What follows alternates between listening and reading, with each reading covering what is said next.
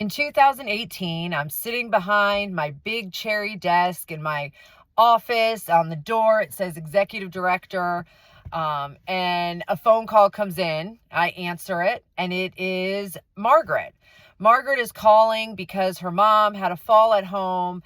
She ended up needing surgery, has been in rehab for a few weeks, and now the rehab is saying, okay, she's at her optimum level and she needs to discharge within 48 hours, but we are recommending she receive 24-hour care.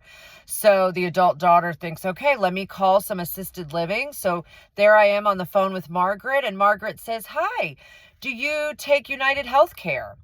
And not only do I have to tell Margaret that assisted living is private pay, but that we're also could potentially, depending on how much support her mom needs, be up to $10,000 a month.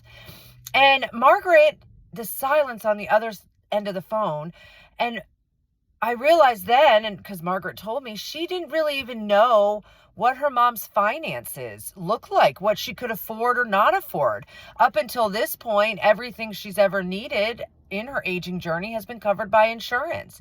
And so Margaret was about to get a big education, and she only had 48 hours to do it. Now, I tell this one story, but Margaret and her mother's story is very, very common. So many times we don't have these conversations about money or what our money looks like. And so if you're an aging ally, or if you are in your own aging journey, understanding how your finances relate to what services could potentially come up is really important. And I'm going to tell you how I break this down with my clients. Now, I need to say very clearly, I am not a financial advisor. I do not advise my clients on how to use their money.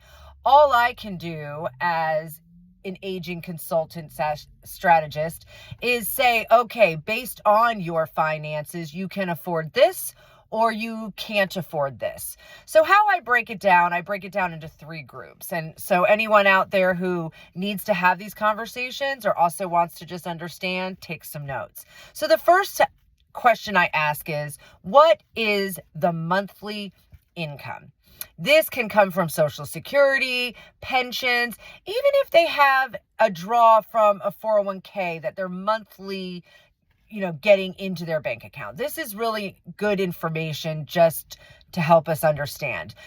Now, one of the things we'd be looking for is if their only income comes from Social Security, if it falls within a certain threshold or below a certain threshold, I should say, they could be eligible for what is called state assistance, Medicaid, one day, if they ever need a higher level of care. Of course, we're hoping they never need any support, but education is power.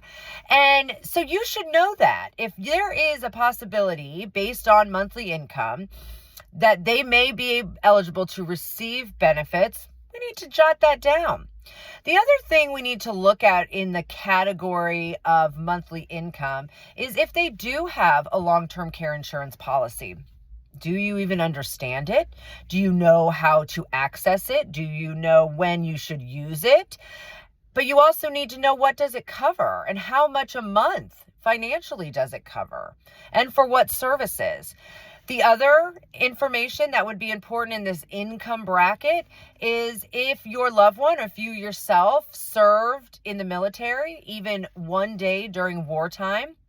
We have to remember Vietnam was a draft. There's going to be many people who were veterans, and maybe they didn't serve that long. Maybe it was just a short period of time, and they don't, think about it often, but this could come back to help them. There is a benefit called Veterans Aid and Attendance, and this is outside the veterans medical insurance. This is a benefit where you could receive money monthly to help pay for supportive services such as caregivers. Once again, I hope we never have to use it. I hope we never need care in our lives.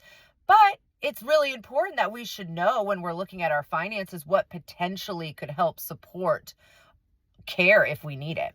So that's the first bucket, is the income bucket. What is our monthly income?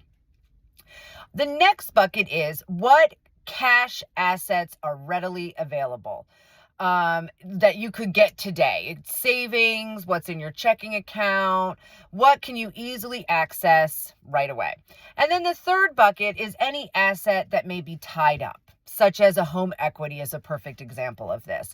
And so once we break down those three boxes, it allows us to strategize long term. And maybe, for example, if somebody needs, if somebody might be eligible for state assistance or Medicaid, but they have a lot of cash assets, would it be in our best interest to protect those assets just in case? I don't know. So I would recommend to those clients that they talk to an estate planning attorney, and that's really important. But understanding from a high level how those different buckets can support us or not support us, we should know that. And so that's the easiest way. If you're looking to have this conversation with your parents, or as an aging individual, if you want to talk to your kids about your finances, but we don't need to go into such detail, bringing it down into these three boxes is the easiest way.